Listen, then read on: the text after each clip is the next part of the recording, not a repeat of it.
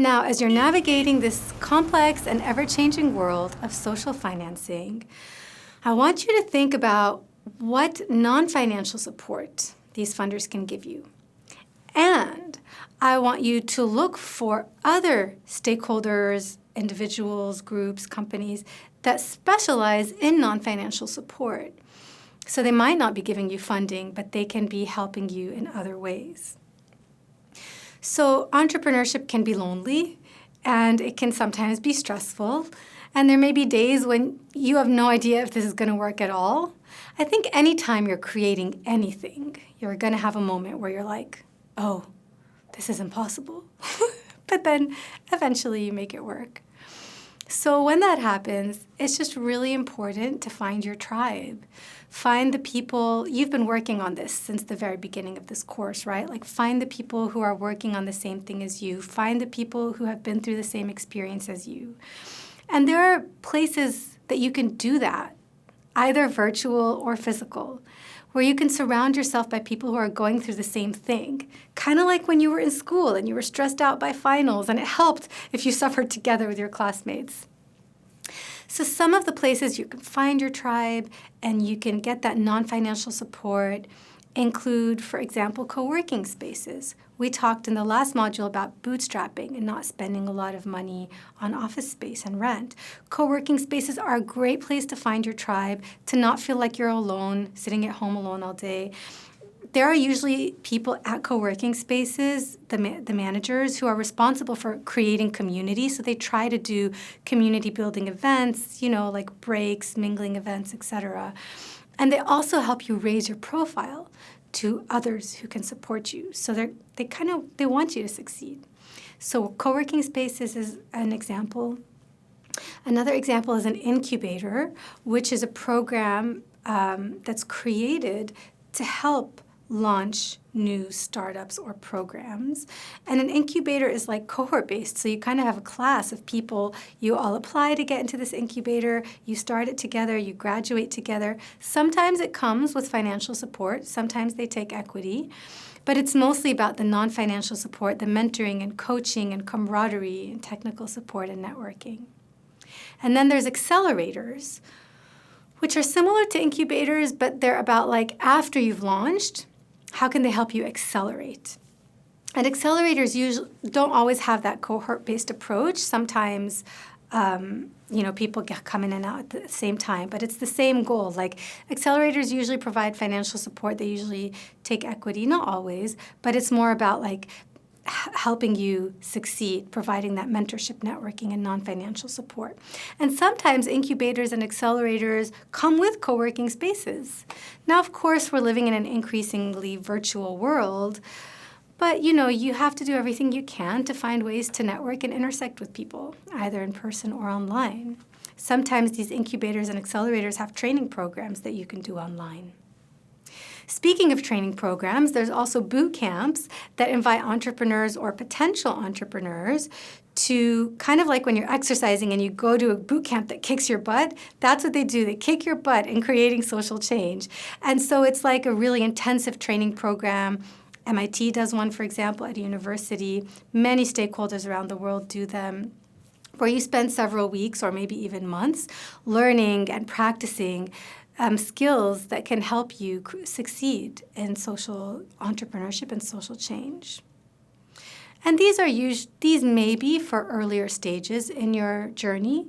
At later stages, once you've been able to launch and demonstrate proof of concept, you may be eligible for fellowships. So Ashoka, for example, we've talked about many times before, is an organization that supports social entrepreneurs. They have a network of Ashoka Fellows. So you apply to be an Ashoka Fellow. They do give you a monthly stipend, which really helps social entrepreneurs. But most importantly, they give you this global network of other social entrepreneurs who are going through similar things, who can help you.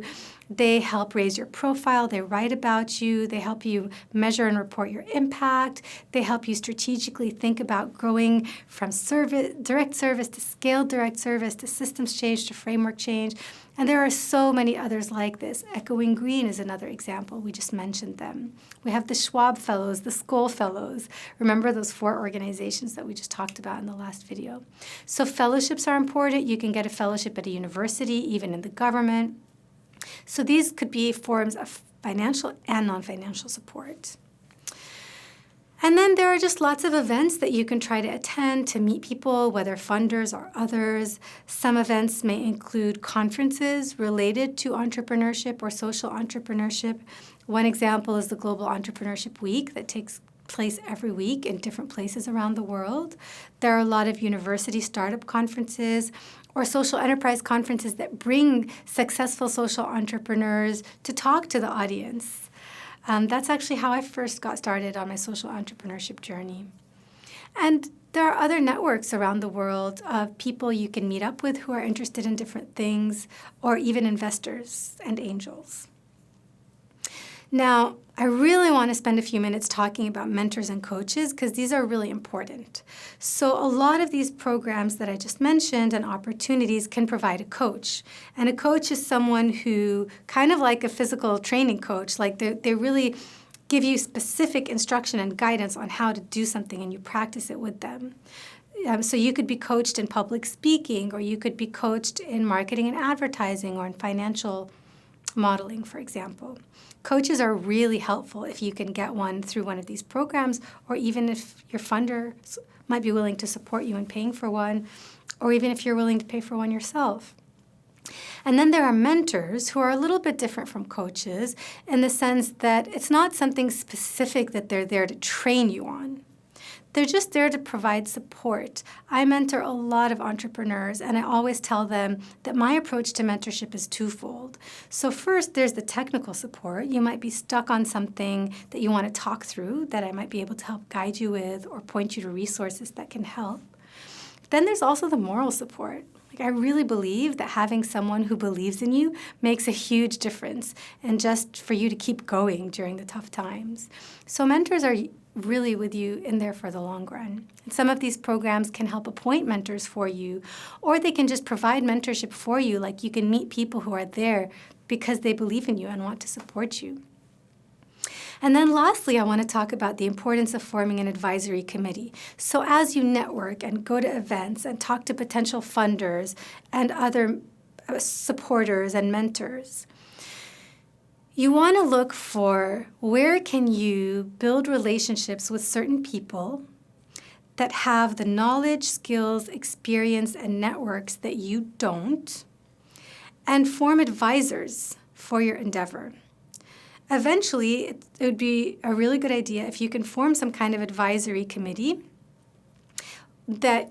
where you're not asking them for money, but you're asking them to just have some skin in the game. Like they're committed to being contacted by you a few times a year to share advice. Sometimes they might meet all together to discuss the strategy and the future of the organization.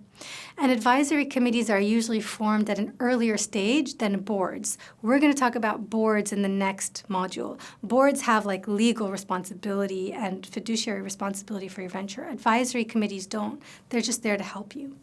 So these are some of the non-financial sources of support that you can lean on in growing your impact.